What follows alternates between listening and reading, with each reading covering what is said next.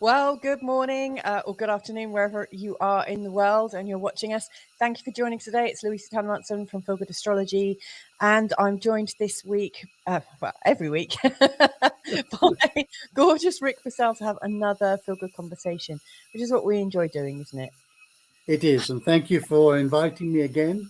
This is the highlight of my week. I really enjoy these conversations and how they're so spontaneous. And we start off with a subject and we wander down this labyrinth of other paths of life and finish up coming back to where we started. So it's a Yes, treat for me. So thank you. it's a treat for me too.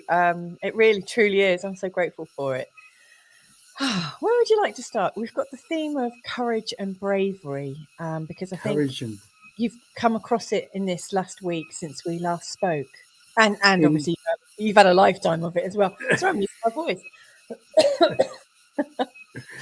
yeah.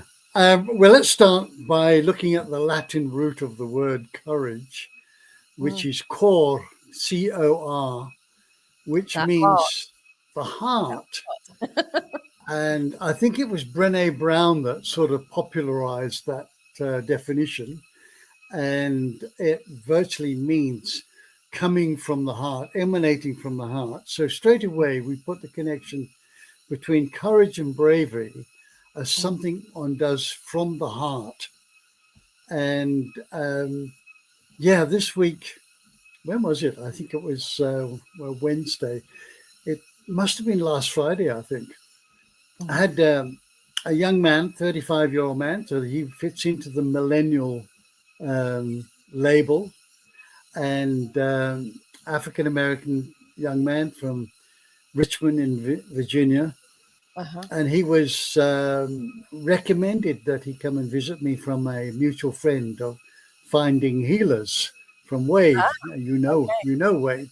Wade suggested that he come and see me, and I really knew nothing about him. But what transpired, he has a rare disease that is genetically passed on family. And on several occasions, he's been paralyzed from the waist down in a hospital, in wherever. He has 5 tumors on the brain currently and has several on his spine, had half of his pancreas removed, and has to get around on a walker. In fact, our place with all the stones, the stepping stones. That must be impossible. The driver picked him up out of the seat in the back seat, put him over his shoulders, piggybacked him over all the rocks to my office. And I took an immediate liking to this guy, but what was just going through my head is, what sort of courage does it take to keep going on? Right? What a lesser man or woman would have given up on life. But this man was just full of life. He's been invited all over the world to go and give inspiration speeches, talks with school kids, been into prisons, inspiring prisoners. And that's his life. He travels around, and he's in Bali for some healing. And he's trying to get a little bit more mobility into his physical body. And he's very, very thin, wafer thin, but with a heart and soul of gold. And I told him, to me, he epitomizes the element of courage and love. He's just such a positive outlook, very grateful and appreciative of his life, that he's still breathing and is still alive and getting to meet interesting people. So that really stimulated the topic for today. And of course, after our meeting, we had about 3 hours together. We had lunch together after our conversations, and he was filming and recording. After that, it took me into a deep dive of contemplation. What does it take? What does it take to be courageous and brave? And what are the different elements about it? Because one of them that came up was, I've seen and in fact, being part of it, spontaneous courage and bravery, Mm-hmm. where I didn't think about the outcome. Mm. I just did what needed to be done. Yeah. And it was a very spontaneous thing. And we've seen many of these acts around. We've seen young mothers lift cars up to retrieve their children. Um, Yeah. you don't you don't think about what can I do. There's an instantaneous, spontaneous response from the heart. It has Mm. nothing to do with our ego. It has nothing to do with our own self-preservation. We just Yeah. step up and do what needs to be done. Yeah. And I looked at that and thought, it's almost like it's duty bound. We feel if no, we're not thinking about what anybody else is doing or whether they're going to contribute or not, or who should do this. It's an instantaneous stepping up and doing what is right, doing what is needed at the time, with no fear of the consequences, right? Which is, of course, the ego. Ego would measure up the consequences and say, I'm not going to do that. I'm not going to jump into this swollen river and rescue this person. I'm not Yeah. going to do this or that because it's fear of the consequences. But this true element of courage coming from the heart, it's almost, I feel, and I felt afterwards when people said some, things to me, and the backstory is that I rescued 51 people from a sinking vessel in Western Australia. And Wow. people said to me, well, didn't you think about the dangers of it? Because I lost one of my 9 lives there. And I said, no, it was almost like it was duty bound. I was Yeah. there. I could do something. It was within my capacity to do it. I had no Yeah. fear about doing it. And it was almost like it was a duty, um, but not an enforced duty, but Mm. it's felt like the right thing to do, and I just responded on that. So that's where this topic came today.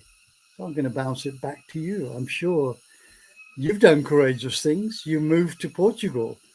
You Uh, moved to Bali. You had 3 kids. All right. We're not talking about outstanding heroism here. We're talking about really stepping out of our comfort zone. That takes bravery and courage, and that comes directly from the heart. So tell us a couple of uh, examples of yours. I don't feel particularly brave, actually. So that's why I was laughing, sort of slightly uncomfortably when you gave me that as an example. I guess moving to another country is quite brave, but not in the heroic way of saving lives. Um, I This morning was an act of courage because we had quite a hard day yesterday, and I've got puffy eyes and a swollen cheek from an injury. I was headbutted by my son, and I've got a flashing screen which is coming on intermittently, and I've tested 3 different cameras, and it's not the cameras. But I thought, let's come on because it's really important. But I don't think that's courage. That was more obstinance. Oh, that hasn't made it any easier, has it? Hang on. Let's see if I can let's take out the green screen and have a very honest background. There we go. Let's see if and let's see if that improves. So anyway, oh, I've got a troll. Let me just put him out. I just had somebody, that's really unusual. I just had somebody write something really rude, like totally Ah, rude, offensive. So I've just blocked well, him. Anyway, I good. suppose the courageous thing would have been to just have a conversation with him, but he started with absolute abuse. Oh dear. So yeah, he's out. Good. um, yeah, I guess in terms of motherhood, I think every mum goes through I mean, it does take a lot of courage to give birth, but it's a different kind of courage, because like we cannot stop the process when we're in the process. We just have to go with it. Each time I've given birth, I've got to a stage where I've said, I feel like I'm going to die. Like, I can't go on. This is going to kill me. And that's the signal that the baby's about to pop out or be pushed out. But, every woman has to do that. It's almost like an acceptance. And maybe women, when they're birthing, have this courageous acceptance of what is. I don't really think of myself as a particularly brave person, but I guess, to other people, I do some things that not everyone commits to. It's my son's 11th birthday next week, and I've been consistently every single day breastfeeding. Not him, because he's going to be 11, but I've been tandem nursing all three of my children. So I'm just finishing off, coming to the end of that with my third child. So I've breastfed whilst I've been pregnant with the next one, and then I've tandem nursed two at the same time. And it's a bit unusual to what most people do. And I've done it in public. I think when you've been told off for being disgusting, for breastfeeding in public by people, it takes quite a bit of courage to get back out and do it. But again, maybe that's obstinance. I really don't know. I think I'd like to be more courageous. And I tend to interview really exciting and interesting and courageous people. So I like to be surrounded by them. I'm a lot more interested in hearing about you saving 51 lives. I mean, that's incredible. And how in the 12 years that we've known each other have I only just found that out? All this time we've been talking, you've never shared that story with me, I don't think. It's not one that I go bragging about, but it's just part of my history. I may write an article about it. So, yeah, it was a very interesting exercise in my life. But unfortunately, Hollywood has portrayed the hero or the heroine in such extremes, cases of bravery and courage. And often they're artificial, they're not realistic. Here you see somebody chasing the bad guys and they're firing bullets all over the place, and gets hit in the shoulder, but then gets up and slugs somebody with the right arm. The impossibility of these circumstances just don't make sense at all. But where the hero or the heroine is held up in such high esteem and able to get up after such extreme injuries and punishment that it's not the least bit realistic. So that almost seems like the yardstick that we have to follow. In essence, every time we step out of our comfort zone, every time when we feel that we need to step out of the fear, out of all of that pulling us back, that to me is an act of bravery and courage, and it's coming from the heart. It is definitely coming from the heart. So anytime we are heart-centered, right, that we're being grateful, that we're being appreciative and compassionate and forgiving, and that to me is an act of bravery, a personal act if it's directed at ourselves, and if it's directed at somebody else, it's a external act of bravery and courage. So that's the everyday bravery and courage that we need more of. And we're seeing this in the awakening. More and more people are stepping out of the familiar, stepping out of their comfort zone. And that's why I brought it back to you, because there's been so many times when you've stepped out of your comfort zone. I mean, yesterday, while I was working, I had my headphones on and I didn't hear that there was a commotion going on in our back garden. And then my husband came up and said, the dogs have got into the chicken coop.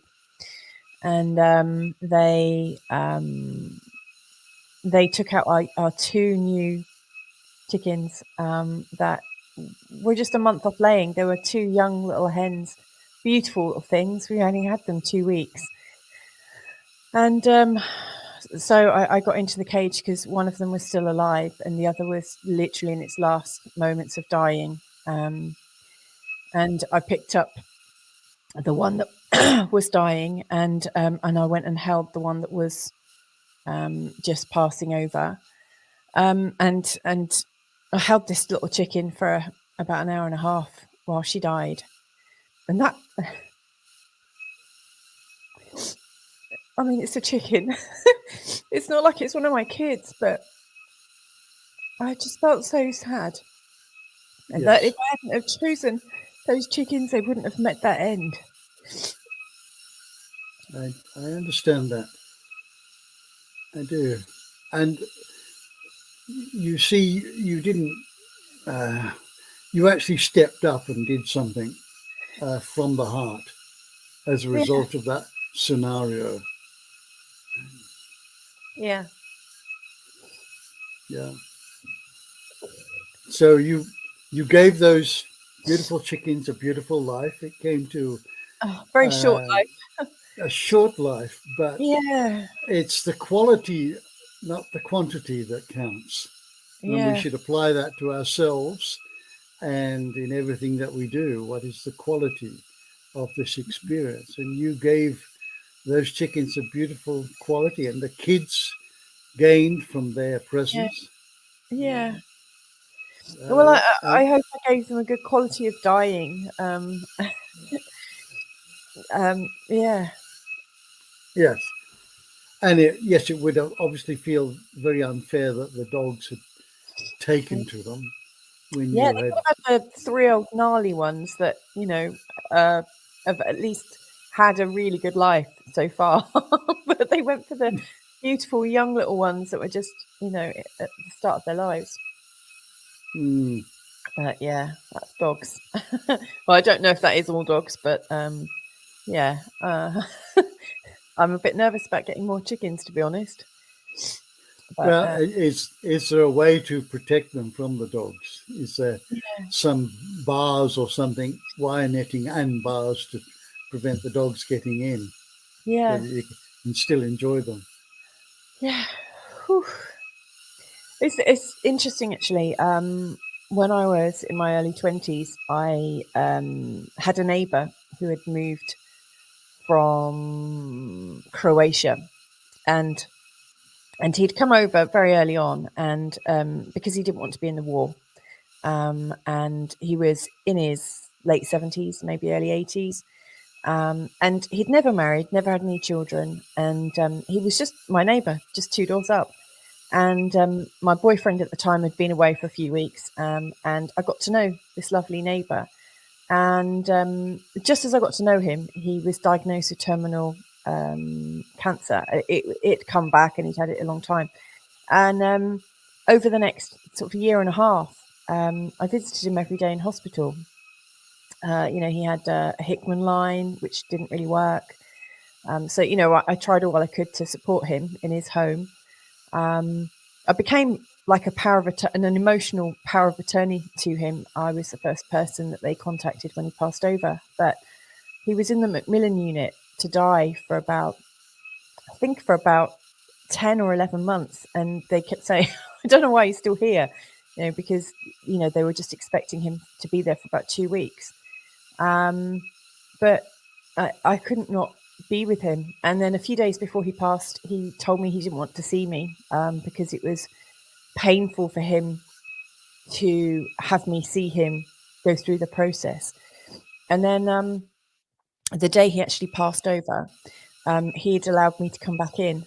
And I was with him for about 8 hours straight, singing to him, holding his hand and talking to him and reassuring him. And then finally the nurses just said, look, you're gonna have to go home because you're keeping him here. You must go home. some people just want to pass on their own. And Yes. I'd just driven home, got into bed, turned my light out, and then it's funny, like, I think women, when they're really connected to the unseen world, you feel things. And I began menstruating all of a sudden out of the blue, and the pain was very, very strong. And I turned the light on next to me, and this also happens, and the bulb just blew. And in my head, I heard "out like a light," and then sure enough, 5 minutes later, I got a phone call to say that he'd passed. But during that whole process, I was only, I don't know, 23 or something, at a time when 22, at a time when most people wouldn't want to be associated with, someone in their 80s who's, on his way out. But it was just one of the most beautiful experiences I've ever had, actually. You see something so real, and to be part of the process, not all of the process, but to be part of it. Yes. It felt very important to do that. And I miscarried at home, twins at 3 months. And, I'm really grateful. I mean, this might be a sort of slightly explicit, a slightly explicit episode, but I miscarried twins at home, and all of a sudden I knew what was happening, and I managed to collect my fetuses as they came out, and I sat with them, which was really hard, but I couldn't not sit with them. And it's amazing what you see at 3 months. Like, you can see a fully formed body. So I had a son, and it seemed important to realize that all women can birth death as well as life. That seemed significant. So maybe I've got a bit of heart courage, whilst it feels like not very, feel like a bit of a death doula at some level, but there we go. Yeah. You're rescuing people from the brink of death. You've just given two beautiful examples of heart-centered courage and bravery. Thank you. Because as you said, how many 22-year-olds would sit with a potentially dying person, an older dying person, instead of being out there with their friends and gallivanting around enjoying your new 20s. Yeah. And the same with birthing and just being there and present. This is stepping out of the comfort zone, and to me, that is an act, a pure act of courage and bravery, and it is something that emanates from the heart. Yeah. Thank you. Well done, you. Thank you. I've got we've joined by Gemma O'Rourke, who's joined us before. She's saying, "Your courage embodied, Louisa. You're one of the people. You are one of the people you interview." Oh, bless you! Courageous, compassionate, tenacious, resilient, bold, humble way show. Oh, that's really gorgeous. I agree. Thank you, Gemma. Recognize that in you, Gemma, as well. Absolutely. Thank you so much. Yeah. So, in terms of courage and bravery, what is it that prevents people from finding the courage and bravery in them? What is it that stops people from doing that, do you think? Or do you think everybody does it? I think everybody has it. I think it gets quelled. Fear of the consequences is one of them. And being too much in our head. Right? The hero's journey from the head to the heart is the opening of the heart to the heart values and to love. And the more that we do that, we are more likely to express courage and bravery. And this is what the whistleblowers do, and the Mahatma Gandhis, and Nelson Mandela's. Mandela said, I think I've said this before, Mandela was incarcerated for 26 years for his political views. And when he was released from jail after all those years, he was very upset. I think pissed off would be a better way of terming it. Yeah. And he recognized that if he took his anger with him outside, he would destroy himself and everything and everyone around him. So he decided to leave his anger there. And then he goes out and dismantles apartheid and does some pretty amazing stuff. Not a perfect human being, not married to a perfect human being, right? His political party wasn't perfect, but he was the instigator of an extraordinary movement for peace and reconciliation. So once we get out of our head and the mind starts slowing down and arguing why we should do this, why we should feel love, why we should forgive people, why we should be compassionate. Once we are operating from our heart, I think courage and bravery will emanate there very spontaneously, very spontaneously. We're seeing this. Julian Assange is a living example of it today. Yes. There could have been times when he just gave up, right? Confessed to doing all the things that he was falsely accused of, and may have been released. But no, he stuck by his values and his conviction and his honesty. So those qualities of bravery brings about extraordinary change. And people are prepared to sacrifice their life for it. Right? Yeah. Gandhi did, Martin Luther King did, John Lennon did, John F. Kennedy did, and many, many others. And we look at the witch hunts where women would still practice their, herbal therapies, knowing that they would be against the society. Yeah. The courage of Joan of Arc and Saint Bernadette. It's both men and women. Yeah. But we're all equipped with this. It's a question of whether we're willing to step out of our comfort zone and do what we feel is right for us to do, not what somebody else thinks. It has to be spontaneous. It has to be authentic, and then just step into that, and then allow that to grow. Wow. Yes, they're really paying it forward for all of us, aren't they? People who step into that role. All those doctors and nurses that have been speaking up in recent times to say, hang on a second, there's a massive invested narrative going on at the moment. And from our perspective, it's not true. Yeah. I mean, that's huge. Yes, it is. Yeah. And we're getting whistleblowers. What does it take to be a whistleblower these days when people have so many doctors have disappeared, alternative medical folk? Takes balls of steel. Yeah, it does. But they still do it anyway. So, and there's the legacy. The moment we step out of our comfort zones, our children are watching us. They watch everything we do. And is there alignment between what we're saying and what we're doing? So we're living a living example of our values is what our children will inherit. Yeah. So to be brave and courageous and step out of our comfort zone is a beautiful thing. It's a beautiful act of love.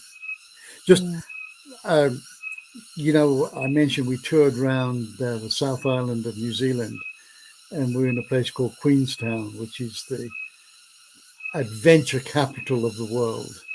Really? And and there's a luge, which is like a engineless go-kart that swings all around down the mountain.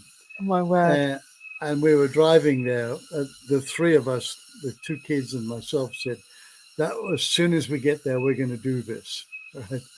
And Lita I would never do that. Lita was protesting all the way there. And this was this conversation went over about 2 hours, and we said, look, we're not going to force you, but you should really try this. You'll never get me on that thing. Anyway, she got in there. She got on this luge and rode down the bottom, screeching and hollering and laughing her head off. Got down the bottom and said, that was really good. Let's do it again. Oh, wow. So we made a big fuss of her. The example of how fear, the thought of something will hold you back. And that stepping out of your comfort zone produced such an act of bravery and courage to do that. And the absolute exhilarating ride and thrill of doing it, wanting to go and do it again. Just a little example like that. Yes, that is. I mean, that's amazing. Facial fear like that. Yes. Sure. Oh my goodness. And she got to enjoy it with you guys as well, which is really, really special. Absolutely. Yeah. And we remind her now and again, oh, I won't be doing that. Oh, you said that about the luge. We remind her now and again about it. Oh, yes, I did. That's right. You're mentioning courage is, the connection or actually moving down from the head into the heart. One of the things that I notice right now, if you're to follow what TV and media are saying, and also what we might be seeing is there's a lot of virtue put on doing the right thing, and it's been turned into a heart virtue. And I also noticed that there's a lot of programming behind doing the right thing. It's almost just turned into a rational decision rather than a heart-centered one. A lot of people who choose to enter into a medical test because they want to save people's lives. I mean, that is courageous. And I don't want to diminish that at all. And at the same time, there is also this very, very strong movement to enforce.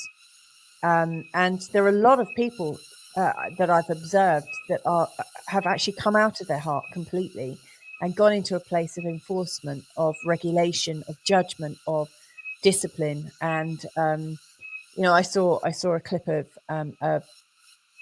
must be slightly famous because he had a concert in Toronto, and he was basically saying that all non-participants in this particular program should be rounded up, shipped to the Congo, and then killed by children with rifles. There's a lot of people talking like that, really sort of doing this hard line of what everyone should do. So it's not courage and bravery, more it's bullying and cowardice as far as I can see. Because to be truly courageous in something, I think you need to have full sovereignty to make that decision. Like, can courage really be bullied into you? Or is that actually, I don't know. There's lots of people being celebrated as courageous for doing what they've been told to do. So yes. In these current times, it feels like if you're courageous, if you do as you're told, we'll celebrate you as being courageous. And so the whole message of bravery, I think, has changed almost. Yes. Yeah. What are your thoughts there? Well, I think there's a massive distortion on the wording of things, that those that wish to manipulate the thinking and create the narrative are very clever at utilizing words, and you only have to Google, keywords, for instance, keywords of spirituality, and there's a handful of words that you could use, but not with any real intent of operating from your heart or doing the right thing by all. The best thing for all species and the Mother Earth and all of humanity but using these borrowed keywords, and they're just very hollow. They're not being expressed fully physically. They're just hollow words. And this word salad is being added on to time and time again, just to trigger emotions with people that think, oh, that's a great thing to do. WEF, you'll own nothing and you'll be happy, right? So we have to look at the intention behind the words. What is the spirit? What is the intention of the words that are being portrayed as mainstream? Is there a authentic intention behind it to do good, or is there some nefarious alternative idea or something behind it? And this is where we need to grow our discernment. We need critical thinking and dispatch the cognitive dissonance, not just soaking up all the words, but look behind them. What is the intent behind that? Follow the money. Yeah. And that will give us some clues as to whether is this an authentic conversation that's been gendered or generated, I should say, or is it just word salad to get people to believe in it's true? Politicians are very good at that. Yes. Yes. While you were saying that, I had like an image of soldiers. Like I think it was your comment about the WEF. Like there's this idea of blitz spirit. You'll own nothing, but you'll be really happy. And there's this kind of, whoa, come on then, let's just be happy all together. Ooh, like there's this kind of team spirit, kind of, yes, we're all mucking together, good old British spirit or human spirit or whatever, and there's that kind of energy, I think, instilled in soldiers or people in terms of recruiting. Come on, join the team. We need you. Let's get this all done. There's a feeling of camaraderie almost, and from that place of groupthink or camaraderie, people can be encouraged to do a lot of things and feel quite courageous and embodied to do that. Like when people are working as a pack, or when you feel like a team. Teams really can achieve a lot, can't they? Especially if they're really fully in that motivation. And I think that can be really manipulated. I think you're right. Yes. And I couldn't agree more, because I was propagandized when I was 20 into believing that the Vietnam War would be a good thing because the anti-Chinese sentiment at that stage, or it was more like the anti-communist idea, is that if you don't stop them in Vietnam, the millions of Chinese will come down and take over the entire world, and you'll be fighting on the beaches of Cottesloe and Bondi and Darwin. And it was just pure BS. It was just propaganda. There was no truth in that whatsoever. And therefore, people would volunteer to go and do that. And we're seeing volunteers from all over the world wanting to go to Ukraine based on what the propaganda is saying. So what is the biggest situation on this planet is the narrative that is spun to have people think a particular way, which is in alignment with those that want them to think that way.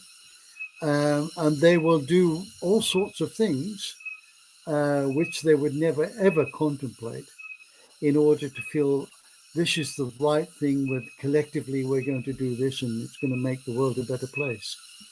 And once again, we need discernment. As we grow our consciousness, we must grow our responsibility level and a discernment level to go through that. Otherwise, people will take advantage of your good heart, your good-heartedness.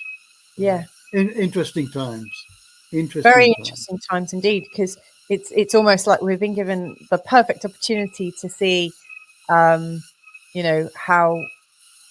willing we might be to stand by our virtues, or know what's true for us in our heart, Yes. against massive manipulation. And Gemma O'Rourke has Exactly. hive Exactly. mind manipulation. Yeah. So I'm guessing if there's a hive mind, you're much more likely, if you're around people with a hive mind, you're much more likely to be sucked right in. It takes a lot of courage to be right in the middle of the hive. And I guess the hive could be called society, couldn't it? Yes. Yes. Well, the real courage comes from stepping out of the hive, Right. because we almost compulsively as a species want to be liked and accepted, and so we'll compromise our own integrity in order to fit in with what the mainstream media, what is acceptable, what is culturally acceptable. So we'll forego all of these other beautiful heart-centered values to fit in with society. And then most of us here realize we were black sheep of the family. We never fitted in from day one, Yeah. right? And we're Yeah, never going to fit into that maybe. mold. Actually, I recognise that being bullied at school, and feeling like the black sheep in my family, sort of gave me that predisposition to just think, okay, well, if you're not going to appreciate me, I'll just find my own place and Yes. make my own life. So they do use some favors, don't they? Yes. Yeah. And it's not a question of being better, but it's really Yeah. acknowledged. I'm just different. Yeah. I have a different perspective. I'm not better than anybody else. I sometimes think differently. I have a different perspective or outlook on life, Yeah. and it doesn't fit in with their perspective. It doesn't make me any better. It doesn't make them any better. But the more that you can have this collective experience, this is why returned soldiers have these associations where they have bonded under the most extreme cases where the life is being threatened. There's an extraordinary bond. There's lots of bravery and courage going on, and that is missing in mainstream society, because the extremes of potential death happening are not there. So there is an extraordinary bond that happens with people that have had a common experience. People that survive a plane crash or some major situation. They seem to have this extraordinary bond that holds them together, and because it's a shared experience that certainly was life-threatening, and of course they lived through that, and so that again it's a kind of variation on herd mentality, except that same process can be misused to get people to comply with what is being put out there. Wow. Do you think there's anything that we haven't touched on yet that should be in this conversation about courage and bravery? Well, I think we touched on it. It is definitely one of the values of the heart. And on a very minor scale, every time we feel like, I feel a bit reticent about doing this, listen to your heart. If the heart is saying, yes, do it anyway. Do it anyway. Yeah. By listening more to our heart, then we will muster up the courage to step out of our comfort zone and experience something different. It may not be comfortable, right? But we've certainly done something different, and that, building on that, now we're starting to reclaim our sovereignty, right? Because the sovereign integral that we are, right? This infinite being, this one infinite being, this infinite consciousness that is animating these bodies, having this human experience. How brave and courageous is that? How beyond fear is that? How beyond the comfort zone is that? Yeah. And this is the reclamation of our sovereignty, is to just by taking tiny steps out of the comfort zone, and until gradually we get these steps become strides and huge steps forward. But it starts with taking that, what is it, the journey of 1,000 miles starts with that, with the first step. And my philosophy is life begins beyond the comfort zone. So let's make that first step outside of the comfort zone. Right? And we can go back in there anytime we like. We can step back in, but once you've had a taste of what it's like outside, why would you want to be imprisoned?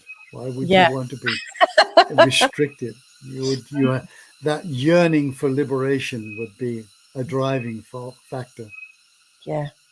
Yes. Stepping back inside is deeply uncomfortable. I've done that a couple of times.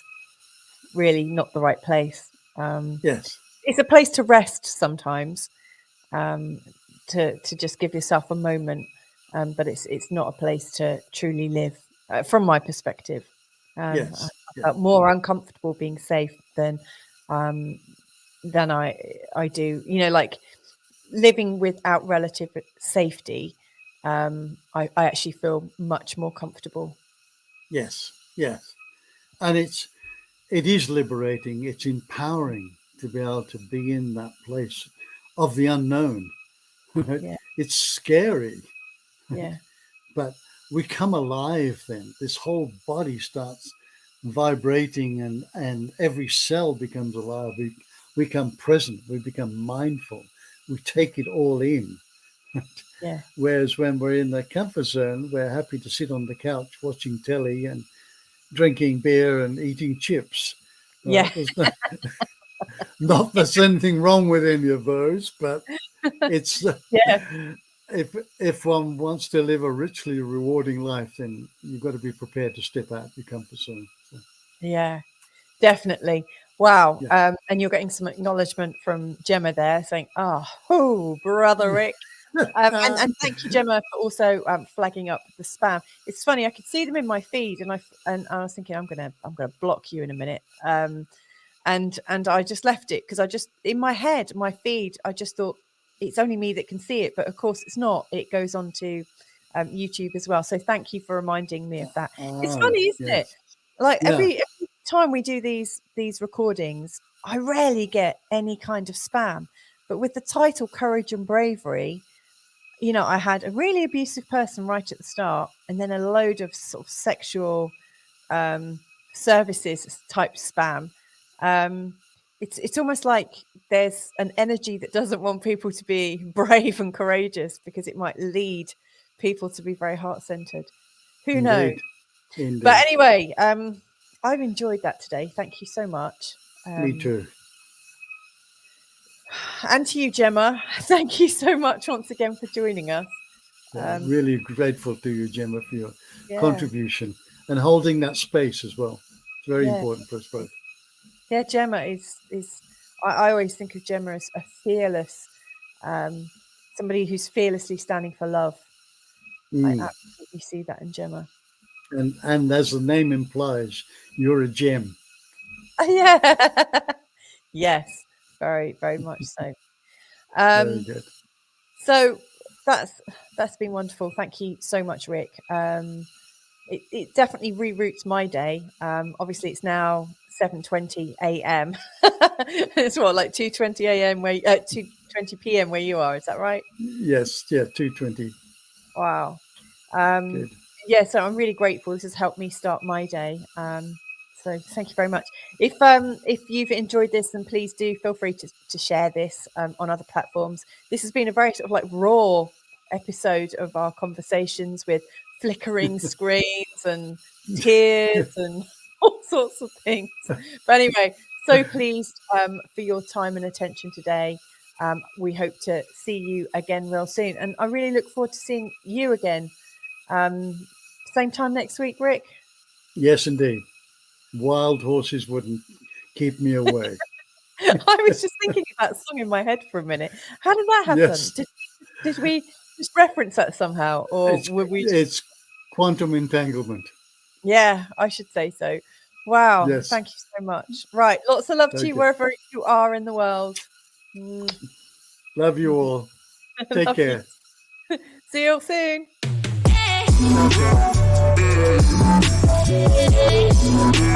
Okay.